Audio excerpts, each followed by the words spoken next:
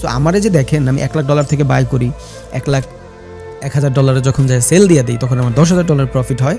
ওইখানে আমি future and option trade করি, ওইখানে আমি ইকুইটি ট্রেডিং করি না, মানে স্পট ট্রেডিং করি না।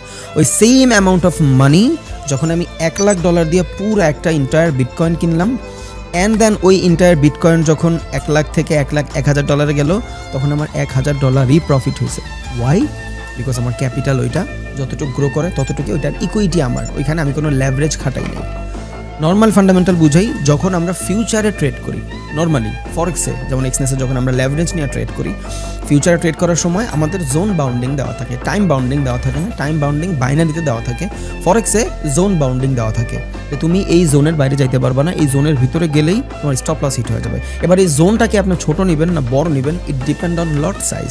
আপনার লট সাইজ যদি অনেক বড় হয়, লাইক আপনি 1 লট নিলেন, আপনি $100 লস করতে এতটুকু জায়গা পাবেন। আপনি 0.1 লট নিলেন, আপনি $100 লস করতে এত বড় জায়গা পাবেন।